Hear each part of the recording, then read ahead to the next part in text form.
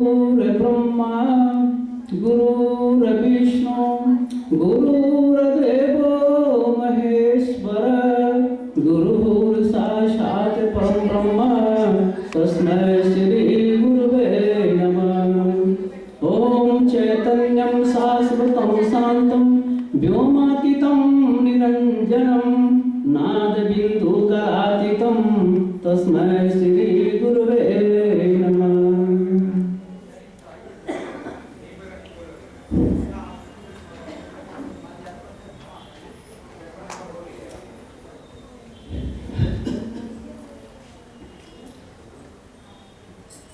सबसे पहले नेपाल से आए हुए जो भी प्रेमी जन हैं और बाहर से आए हुए जो साधक जन हैं, सभी को भाव भरे दिल से बहुत बहुत स्वागत।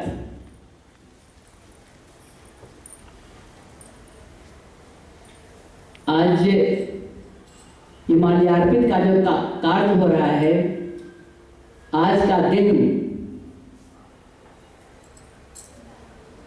बहुत ही सुंदर दिन है और महत्वपूर्ण दिन है सभी भक्तों के लिए, क्योंकि इसी दिन 23 नवंबर को मेरा जन्मदिन भी है, बर्थडे भी है। जब गुरु आते हैं संसार में तो जीवों को उद्धार करने के लिए आते हैं। श्रीमद् भागवत गीता में भगवान कहते हैं कि यह जो योग क्रिया है, क्रिया योग है, सबसे पहले मैंने सूर्य को दिया था। सूर्य ने अपने पुत्र मनु को दिया, मनु ने अपने पुत्र इक्ष्वाकु को दिया। उसके बाद कुछ समय तक इस धारा पर चलते रहा। काल के अनुसार, समयानुसार यह क्रिया योग लुप्त हो गया। तो कृष्ण सदृश बाबा जी ने अर्जुन सदृश श्री लाहिरी महाशय के माध्यम से जन जन तक पहुंचाने का कार्य किया। जैसे भागीरथ ने इस पुतः पावनी गंगा को हिमालय के कंदराओं से निकालकर ये जनमानस को सींचने का कार्य किया, ठीक उसी तरह से श्री श्यामाचरण इस धारा पर क्रिया योग का ये पावन गंगा को प्रवाहित करके सभी के हृदय को पवित्र करने का प्रयास किया।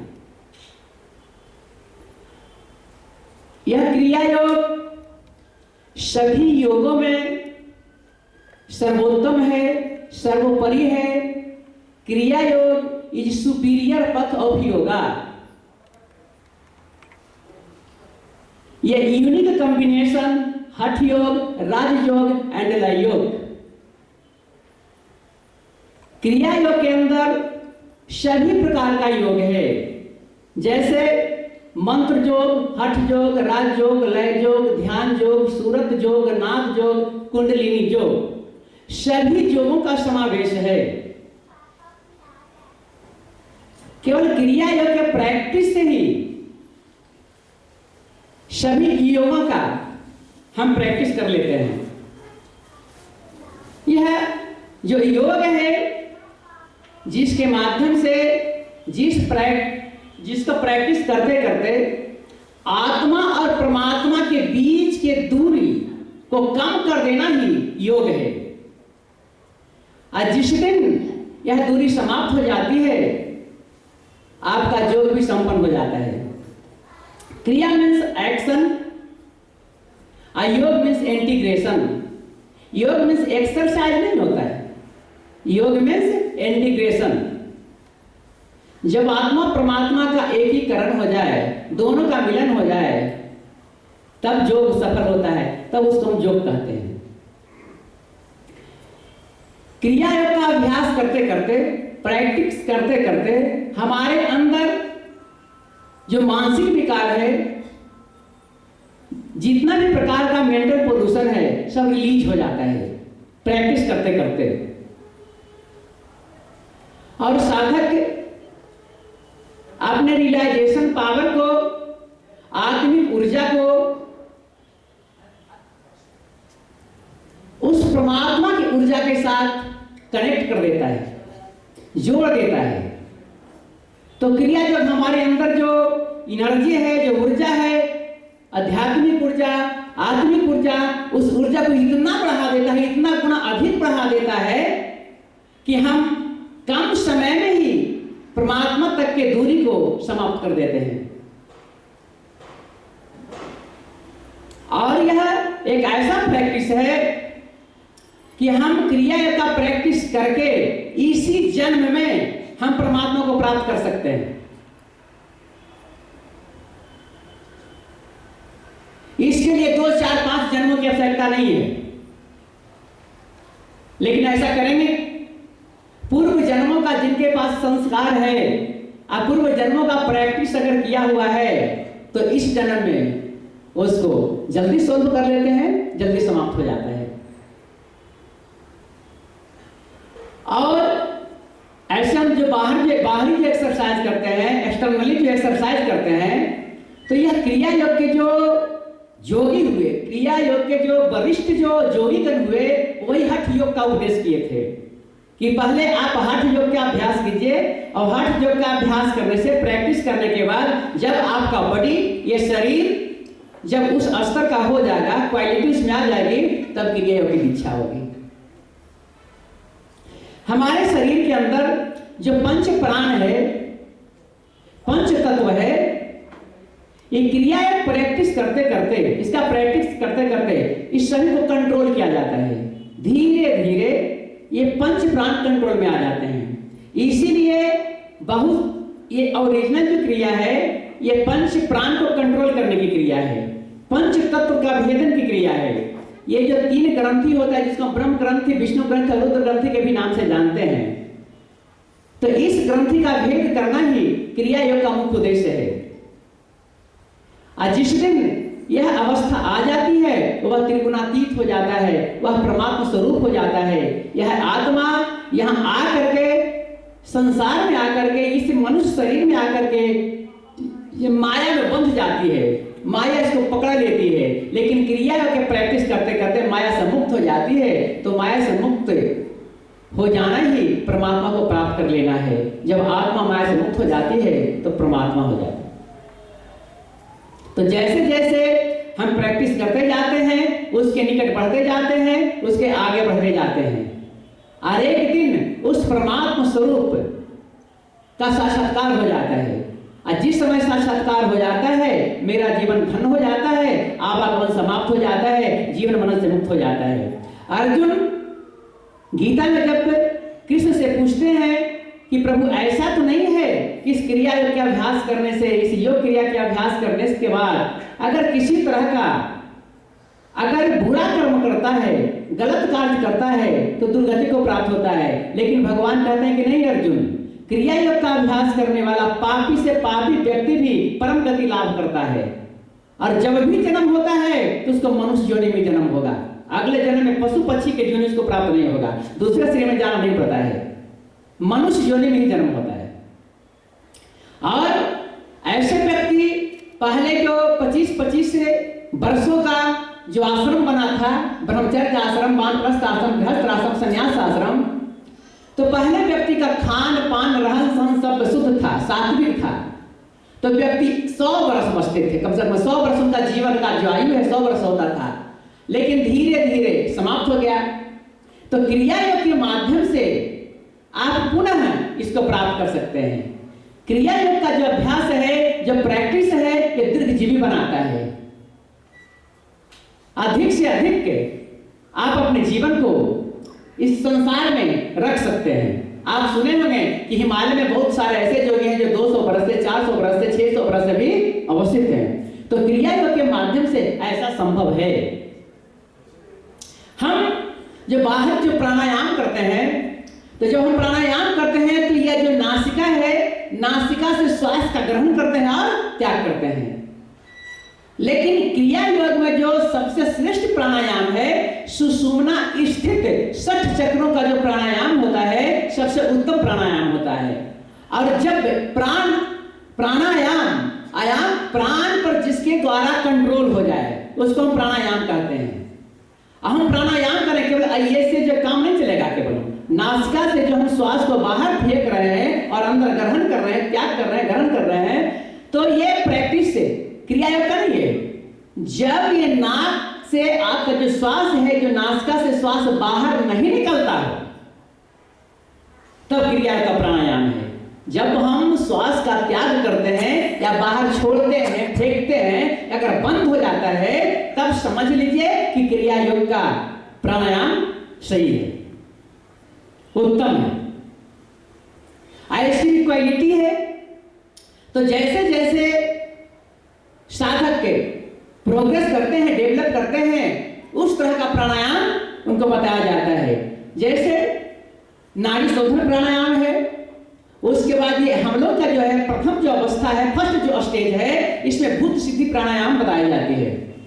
उसके बाद में है ओंकार प्राणायाम है, ठोकर प्राणायाम है, 10वीं प्राणायाम है, चतुर्थ प्राणायाम है, ध्यान प्राणायाम है। जैसे जैसे साधक इसमें उन्नत होते जाते हैं, वैसे वैसे इसको चेंज किया जाता है, बदलता जाता है।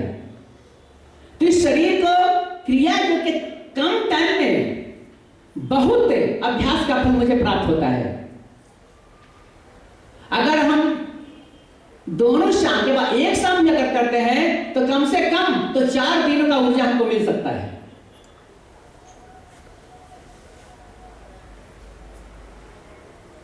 और बाहरी कोई प्रैक्टिस करने की जरूरत नहीं है, कोई बाहरी एक्सरसाइज की जरूरत है, एक्सटर्नल कुछ नहीं। अगर दोनों शाम अगर आप क्रिया योग का प्रैक्टिस करते हैं, तो कोई एक्सरसाइज की आवश्यकता नहीं है।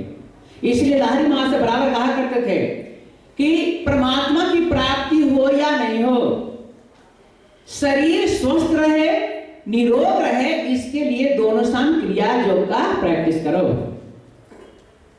यह क्रिया योग सभी संस्कारों से ऊपर का संस्कार है। जिस दिन क्रिया योग की दीक्षा हो जाती है, समझ लो तुम्हारा भाग उदय हो गया। तो बड़े बड़े लोग, बड़े बड़े संत, ऋषि, जोगी जो हिमालय में हैं, सभी लोग क्रिया योग का अभ्यास करते हैं।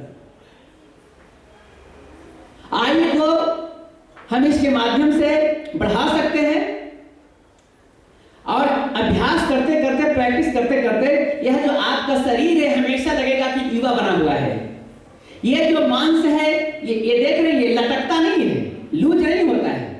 और आपका जो आवाज है, यह भी स्ट्रॉन्ग रहेगा बुढ़ापे तक।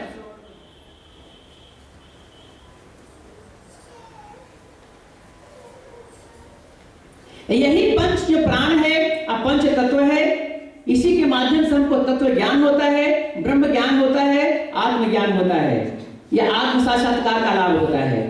कहते हैं कि अगर आप भोजन करते हैं प्रथम स्टेज में, फर्स्ट स्टेज में, प्रथम जब व्यक्ति अगर भोजन करता है, तो भोजन अगर अच्छा नहीं लगता हो, अगर रुचिकर नहीं हो, लेकिन अगर भोजन करता है तो पेट अवश्य भरता है। उसी तरह से क्रिया योग की जो प्रैक्टिस है, फर्स्ट स्टेज में अच्छा भी लगता है, किसी को अच्छा नहीं लगता है, लेकिन करते करते आत्म साक्षात्कार अवश्य होगा, ये गारंटी है।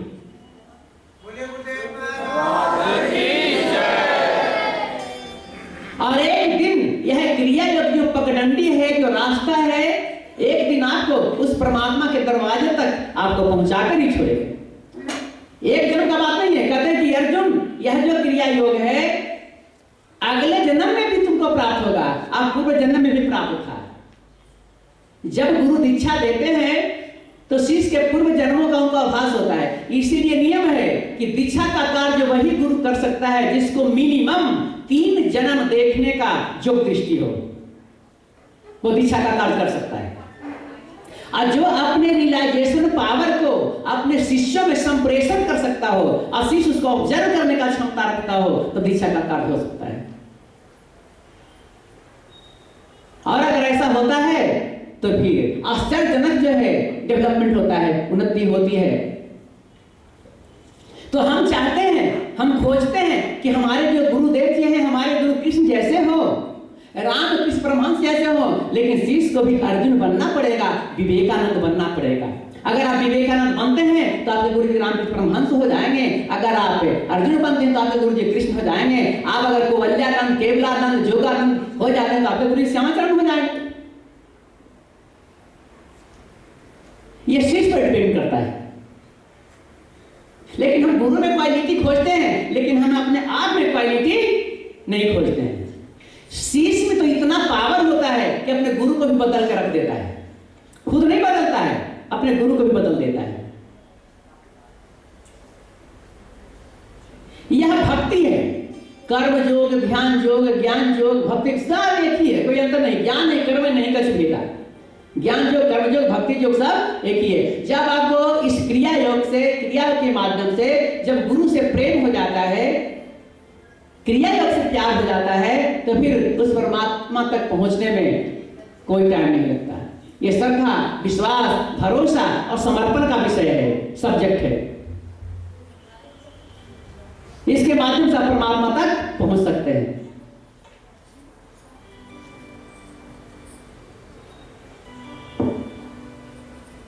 और ये सब जो है, इसमें ऐसा है, क्रिया योग की प्रैक्टिस कर रहे हैं, क्रिया योग में लिबास की कोई आवश्यकता नहीं है।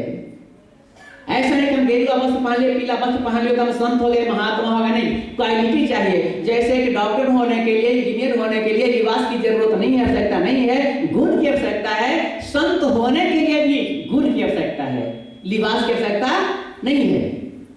हमारे गुरुदेव जी कहा करते थे कि तुम जो है ये कोट पैंट सूट में रहो, टाई जूता मोजा पहन के रहो, तुमको कोई नहीं पहचाने कि इस शर्ट पैंट, कोट पैंट में भी, सूट में भी इतना पहुंचा हुआ जोगी हो सकता है। तुम सभी को देख लो कि कौन क्या है, लेकिन तुमको कोई नहीं पहचाने कि इस कोट पैंट में भी इतना बड़ा जोगी हो सकता है। अपने आप को जितना गुप्त रखोगे, जितना छिपा करके रखोगे, उतना ही तुम आगे बढ़ते जाओगे, उन्नत होते जाओगे। प्रेम से बोले सतगुरु भगवान की। गुरु मेरा मंदिर, गुरु मेरी पूजा, गुरु मेरा पार ब्रह्मा और न दूजा। गुरु मेरा मंदिर, गुरु मेरी पूजा, गुरु मेरा पार ब्रह्मा और न दूजा। गुरु मेरा मंदिर।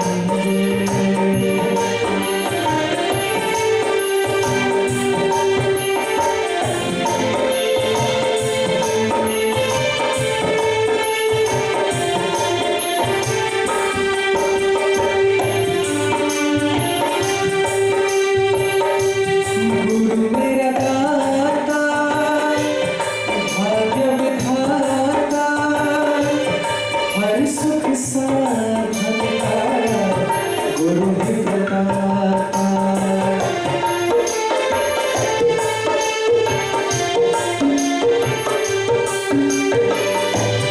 गुरु मेरा दाता, भाग्य विधाता, हर सुख साधन का गुरु ही बताता। गुरु मेरा मंदिर, गुरु मेरी पूजा,